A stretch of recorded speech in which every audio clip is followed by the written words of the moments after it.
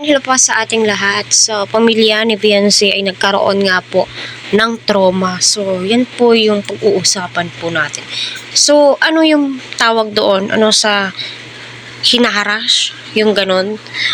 So, may mga tao po talagang ganito so hindi na lamang hintayin ang alin. So, yan po yung topic po natin. At Beyonce nag-aalala. Syempre, siya po yung panganay, siya po yung breadwinner. So, syempre, hindi po may aalis kay Beyonce na mag-alala. 'Di ba? Ayan, hello po Team Edsy. So nababasa nyo naman po, i-explain ko po yan sa inyo pa isa-isa. By the way, marami pong salamat sa lahat na nag-subscribe sa aking channel. Na may pagpalain po kayo ng Panginoon.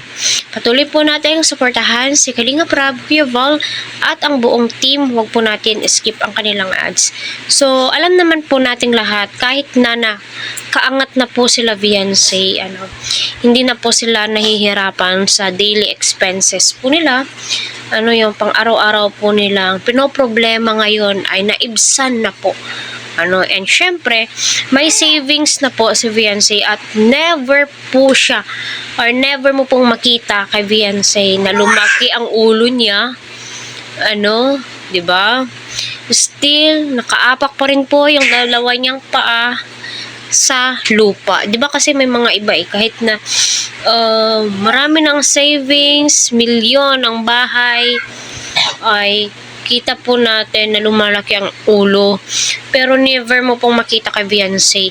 Very welcome po ang kanyang pamilya. I mean, kamag-anak po niya, at mga kapatid ng kanyang mama at papa. So yung usaping trauma, yes. Alam nyo, nakaka-trauma po kapag fino-force kayong paalisin sa bahay na tinitirahan nyo ngayon. Alam naman po nating lahat na hindi pa po tapos yung bahay po nila. Ang laki po nun. So sinasabi nga po na ginigiba, minamaso yung bahay nila. So, anong tawag yon? 'Di ba nahaharas sila, natutroma sila. May mga kapatid po yan si Beyonce, may baby po yan. Yung pangamba, yung pangamba po natin na bilang viewers is yung emosyon po natin ay naghalo-halo po. Hindi naman po nahahalata sa mukha ni tatay. 'Di ba sinabi po niya doon sa video ni Dr. Love. Yung pwersahang pagpapaalis. Yun kasi yung mga napanood ko na minamaso. Wag naman, 'di ba?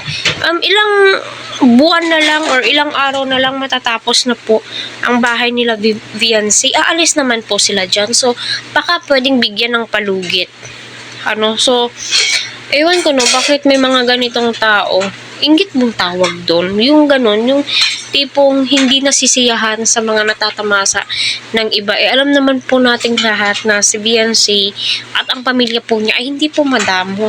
Ewan ko lang kung ano po yung nafe-feel ng iba dyan. Although di naman po tayo perfectong tao.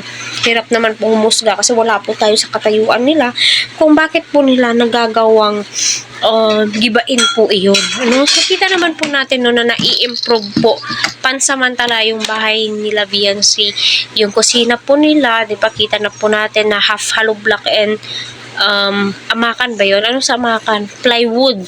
And then, doon sa pinag-vlogan nila Edo at Beyonce na improve din po nila. So, baka yun yung pinag-iinitan kasi kita po natin na may improvement na, di ba? Kaya, ayun, minamadali sigurong paalisin. So, wag naman. Step by step po yan kasi magkukos po yan ng trauma sa mga bata na nakikita ang ganyan po yung ginagawa po ninyo.